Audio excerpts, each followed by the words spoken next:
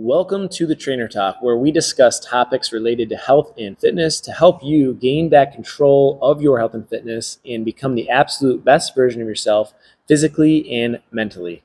Enjoy. So today is our inaugural episode of our top fives, different topics. I think we're going to do this hopefully a few different times, new topics every time. So, kick it off. We got top 5 CrossFit athletes. So Bethany, you can go first. Who are not who you think is the best, but who like personal favorite? Personality-wise, personal favorites. Yeah. Frazier was a really good one just because of the energy he brought to the floor. Like, obviously, he was like one of the best, but like the way he was dominant, his personality and different things. Like, I enjoyed watching him in his competitions. Josh Bridges was another one. The energy he brought to it, and he was a Navy SEAL, and he was pretty funny. I liked watching him too. Danielle Brandon, she's kind of like out there. She's likes to ruffle the feathers. She's not like the typical CrossFitter. So personality-wise, she's pretty cool. I also like Annie Thorisdottir. She's been through a lot with the games. She's gone for over a decade. Like, I think she's been like 13 games or something crazy like that. Wow. Yeah. And like had a kid in the middle of it, came back, got third, went team, came back to individuals. So her, and then what she's been able to do has been really cool. And then I like Mal just because of basically her drive, and I mean it's very similar to like Frazier's, and she's not afraid to like go after it. I think that with everything that she's done training wise and everything, like Frazier says, he has to hold her back from doing too much training, and I was just like, that's just like a crazy mentality to have for someone who's that young. And How old is she? 18, 19? She's 19, yeah. So I was like, that's really, really cool that at 19, and she's been doing it for how many years, and seeing the evolution of that, it's just cool because takes a special person for that. So yeah, I can appreciate that. Wait, who's better, Matt or Rich? Matt. Okay. Ooh, all right. That can be a debate, but Okay. Who you got? Yeah, this is hard. I'd have to need a list of everybody I to know. go over, but I've always really liked Pat Vellner. One of his first games, he talks in one of the documentaries how somebody thought he was a spectator, and like one of the judges was like, "Hey, you can't be out here." Like, they didn't even know he was an athlete because like he doesn't look like crazy ripped or jacked or anything. So I have always liked him because it's just like he's like your picture of like your ideal just normal guy, but through hard work and perseverance and stuff like that and dedication, you can become one of the fittest people in the world, even though you don't look like it. So I just really like his personality. He's always kind of joking around, having fun with people. I've watched a lot of his videos. I just really like him as a guy. And he's been at, top 10 for the last, however many years, maybe 7 or 8 years, he's been up toward the top of the podium. So that's kind of cool. And, he's 33, still he finished second place of the game. So his longevity is great and just keeps working hard, which is awesome. Rich Froning is kind of the reason that I got into CrossFit. So I obviously love Rich. We were talking earlier this morning, like, he won 4 times as an individual and then 5 or 6 times as a team. Yeah. So he's like a 9 or 10 time champ. I think it was 10-time champion after last year. yeah. Which is just insane. So his work ethic, and then I've read his book, just the incredible amount of dedication to the sport. And I think there wouldn't be a Matt Frazier without Rich Froning. He had somebody to chase. So when we ask the question of like who's better, I think Matt was more dominant as an individual, but you needed Rich Froning for there to be like a dominant Matt Frazier almost. He pioneered the sport. I think he was right in that time when he was dominating was when the sport was really taking off. So that's really cool. I agree, Annie Thor's daughter, like, she's an incredible woman. She's very humble, very kind, very nice. Like, but she's also competed for 13 years, just an absolute dominant athlete. She came back after having a kid and just completely surprised herself. Finished, super high. I think she might have podiumed that year. Yeah, third, podiumed. Which is insane. And then I guess I would have to go with Tia, just off the top of my head, just because of how dominant she is and how, like, her and Matt kind of both have the same attributes, and I've been trying to do that too. Is like, when you watch them and they're competing, they're like the lion in the back of the cage, just pacing back and forth. Like, they are, everybody else is just sitting, watching, observing. They're like in this state of mind of just, I'm going to go out there and freaking destroy whoever's in my way. And it's just, that just fires me up. They're like the main character in the movie. They're the lions in the cage, and they're king of the jungle pretty much. So that's always fun to watch. So those would be my top 5, probably. Cool. I'll go over mine real quick. 1, I gotta go Rich. Same reason as you, because like I watched that documentary, Fittest on Earth, which was that the first one that came out? Well, so he's got his own documentary, like Froning. Oh, that's his. And then there's also like the games, which are kind of about. So Froning is his. Yes, Froning is his. That's the one I watched. That is what kind of exposed me to CrossFit in the first place. I gotta go with Matt, because that's somebody, like, I've always, like, since I heard about him, I followed him. Like, I follow his YouTube, Instagram, like, kind of watch him work out sometimes, and, like, admire him. Josh Bridges, Good Dude's Coffee, huge coffee lover. Pay the Man, I love his whole. We reference him a lot. Yep. Yeah. Here we go. Yeah. And then I got to go Justin Medeiros, just because he's, like, relevant right now.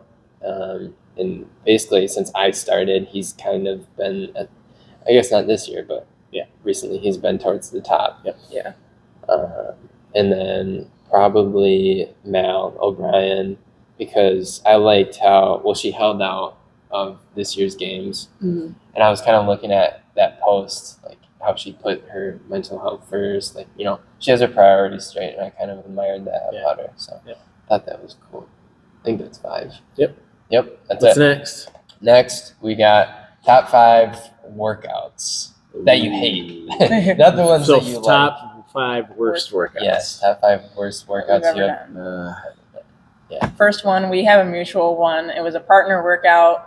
I think I was like a month into CrossFit, and you and Katie were partners, and then me and Martin were partners. And I remember it started with a 30 cal buy-in on either the bike or the row. Mm-hmm.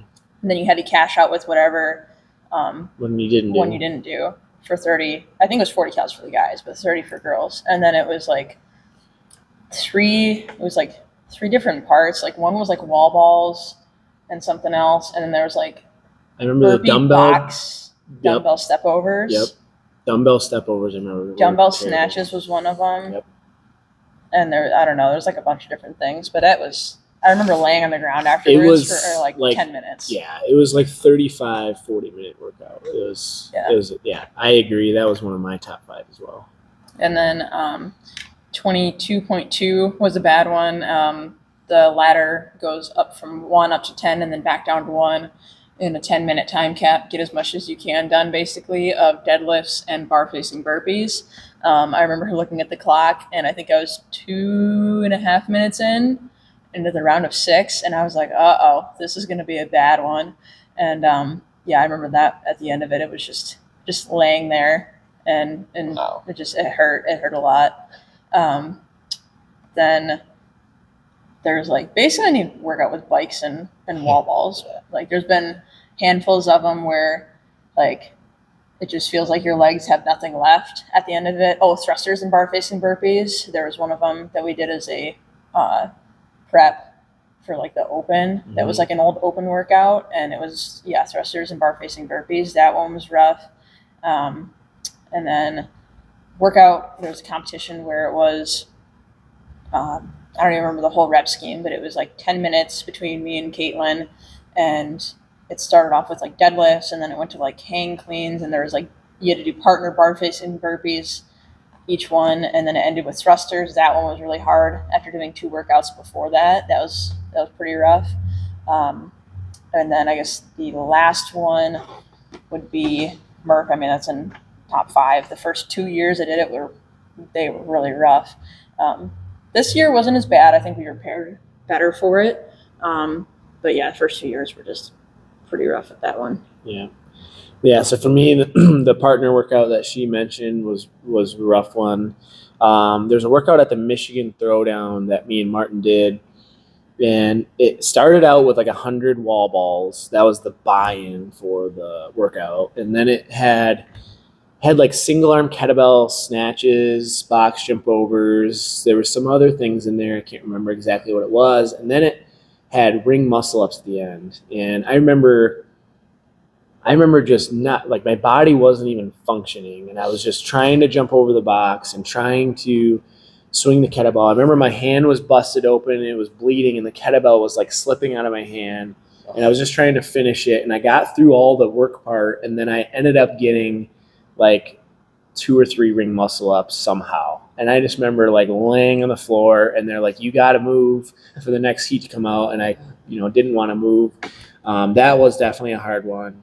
CrossFit Open Workout 20.1, 10 rounds for time of 10 ground overhead, 8 bar facing burpee. And you have a 15-minute cap, and that was like the second open I'd ever done, and I pushed myself to the limit, got it done, and under the cap, it was like 14:30 something. I remember just collapsing on the floor. Like I almost like passed out, like just pushing yourself to that limit to where you cannot do anything else. And I just I got a video of it, because you have to submit a video at that time, and I just like fall over at the end of it when I finish. I remember that one being terrible. Murph, once I started using a vest, that gets very bad. And I think it wasn't even like the first time or the second time. It's like the third and the fourth. Like the last year and this year were probably the worst ones, because I had a number to try to hit. It's like, okay, I did the first Murph without a vest in like 30 minutes flat, and then I did it with the vest in like 37. So I'm like, well, I got to get at least 37 or faster. So I think the last 3 years I've been in 37s, but like trying to push that pace and maintain it is just awful. It does get very tiring. You can't really breathe because of the vest. It's not even the weight, really. It's just it compresses your diaphragm, and it's pain. The second mile is always painful to push as hard as you can to finish strong. It just takes a ton mentally to be able to do that. And then probably 21.2, I just specifically remember, and it's probably not the top 5, but it's the only one I can think of right now, where it was 15 bar facing burpees, and then 10, 20, 30, 40, 50 dumbbell snatches with 50 pounds. So you had to do 15 bar facing burpees in between each set of the snatches. Yeah. So by the time I got to like the set of 40 snatches, I remember my glutes and hamstrings and lower back were just absolutely fried. And I'm trying to finish out these snatches. I had, like 70 to go or whatever, plus you've already done almost 90 burpees. So I remember that one was very bad. I have a picture of me laying down on the floor, just kind of like tilted up, and Katie's feeding me water, like pouring water into my mouth. So that was one that came to mind as well. Okay. I got Murph as well. This year was my first year doing Murph, so I didn't really know what to expect, and I wasn't that far into doing anything CrossFit wise, so like my endurance was not that good, and I was trying to keep up with Jared the entire time. So I really killed myself there, but I ended up doing pretty well. I pretty much couldn't feel my legs. Or what'd you finish in? It was like 40? No, it was 30 something. Oh wow, that's really good then. Yeah. For the first time. It was. That's right. I think it was like a couple minutes behind you. Yeah, 39. Yeah. Yeah, I couldn't feel like my legs for the rest of the week. I didn't work out maybe once or twice that week, but I never did any of the open workouts yet, so I don't know the specific names, but I did one the other week with Jack, a partner workout. It was It was split between two of you. It was like 300-meter sled push, 30 thrusters, 300-meter sled push, 40 wall balls, 300-meter sled push, 30 thrusters, 300-meter sled push, and with no rest in between. So it was just like as fast as you could get it done. Yep. And my quads were just absolutely on fire. Yep. Honestly, anything with thrusters I hate, and that probably thrusters, bike, like she said, Thrusters, bike, wall are balls. awful. Like all of my workouts, top 5 worst workouts have thrusters in them, Yep. pretty much. Fran is another So Fran is 2159 thrusters pull-ups. It's very, very fast. It has the famous Fran lung. So when you finish, your lungs are actually feel like they're burning. So thrusters definitely get. There's something about them. Yeah, I think it just demands so much out of your body. It's Yeah. working every single thing you can work. Yeah. And then you're doing it under high intensity and a moderately heavy load. It's just You feel like you can't get enough air in. And then the only other one I can think of was I had it was like every 4 minutes you have to do 15 calories and 20 thrusters with like 50-pound dumbbells or something like that. So I had thrusters. But anyways, ready for the next one? Yeah, I got one more we can do. Okay. Got top 5 treats. Ooh, I like this one. So your foods that you might not eat all the time, but let yourself have it every now and then. Okay. Let's see. Hand dipped ice cream, like that. Get like the super chocolatey kinds, and then cheesecake. Love me some cheesecake. Oh yeah. Like super fudgy brownies. Really like those. Other fun foods. Let's see. I like pizza. And then 5th one, I don't know, probably like some sort of coffee cake. I really like coffee cake, like the cheese Danish coffee cakes. Yeah. They're like so cheap, but if you have like one little slice, and then you just want half the thing, but it's so good. Yeah. For me, I like all blizzards, but the one I always get is called a cookie jar blizzard. So it's got cookie dough in it and Oreos. Number 2 would be probably like sprinkled vanilla frosting donuts. Love donuts. I definitely like cookies as well. A crumble cookie is somewhere where we go after competitions sometimes because they're only in the city really. So we usually get crumble cookie. I like those as snacks. So ice cream, donuts, cookies, cheesecake. I can definitely agree with that. I love cheesecake as well. And then what's another? This isn't really a treat, but for whatever reason lately, I've been just craving and really enjoying peanut butter jelly sandwiches at night for my little snack. Yeah. That would probably be one that I can think of right now anyway. Yeah, that's a good one. I'd probably have to go pizza. One, like, I freaking love pizza. Like, What were you craving the other day? It was Halloween Oreos or something? Yeah. I was like, I can't stop thinking about them. Did you get any yet? No. Oh man, I have to. It's got to be on your top 5 list. Yeah, it actually was. Yeah, the orange ones. Mm-hmm. But fun fact, you know how they make the red, orange, like, and then it's the all white same flavor. Same flavor. Yeah, different color. Yeah, but it's still different. So it's fine. Still different. Yeah, makes a difference. So yeah, pizza, Oreos, any type of Oreos. Let's see.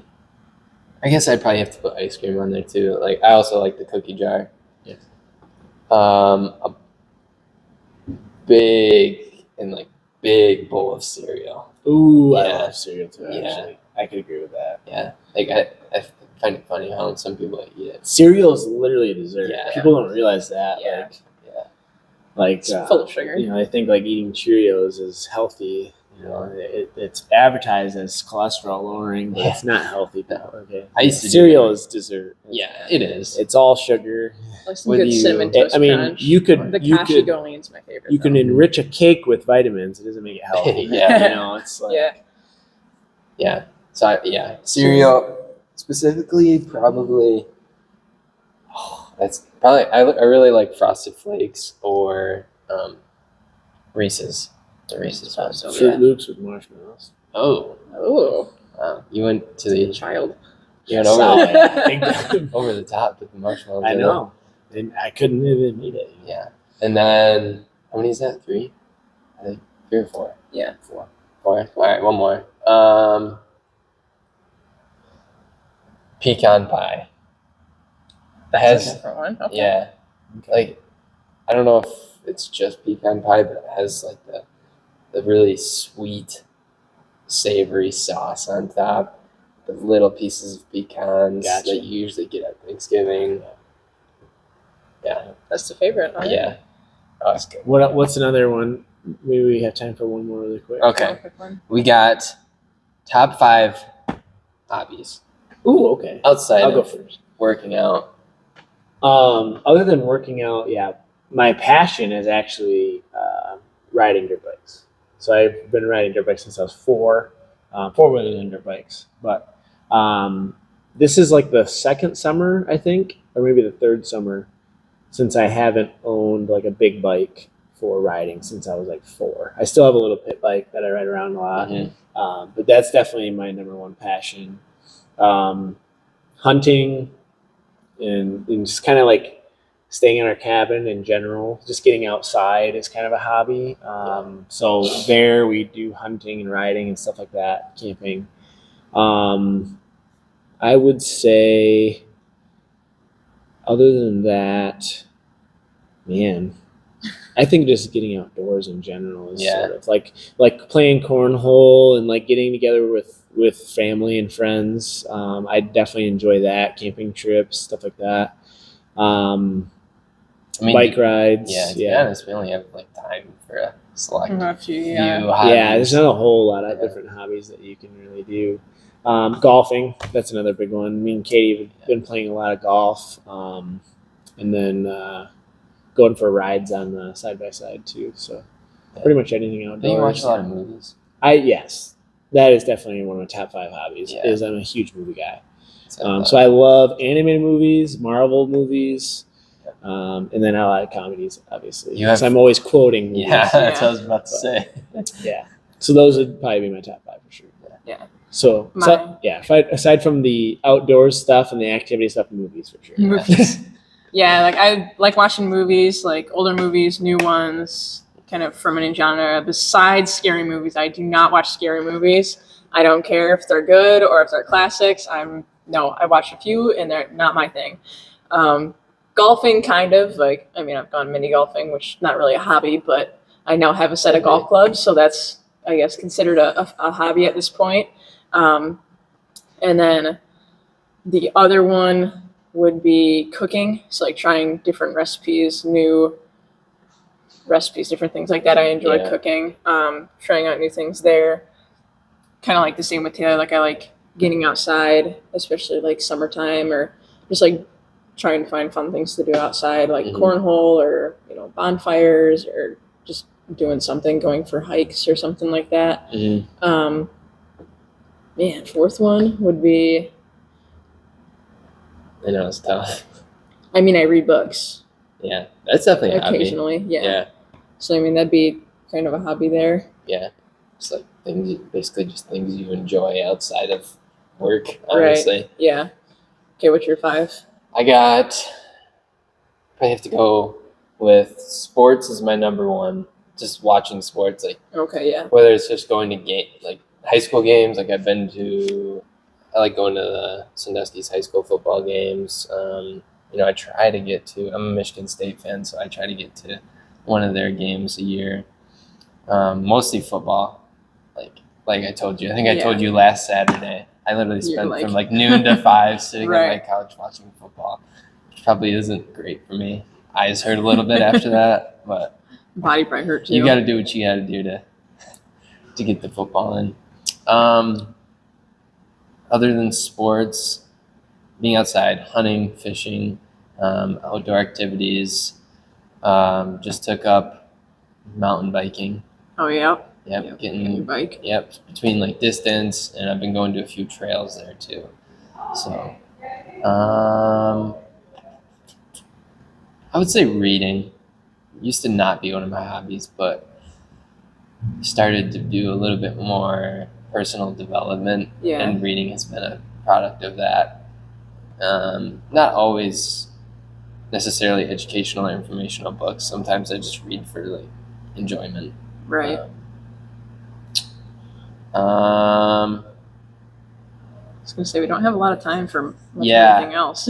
Yeah. It's like we either work or working out, or we're sleeping and eating. Yeah, pretty much. I guess stuff. It's a hobby I like to do, but I don't do very often. Is just traveling. Yeah. Like going to different places, exploring new places. Like I have a list of places that I want to go, and this spring break, Arizona is one of them. So I'm excited to go there. Even so my sister lives in Detroit, and exploring new places around there. There's always new places I can find around there. Right. But I would say that's about it.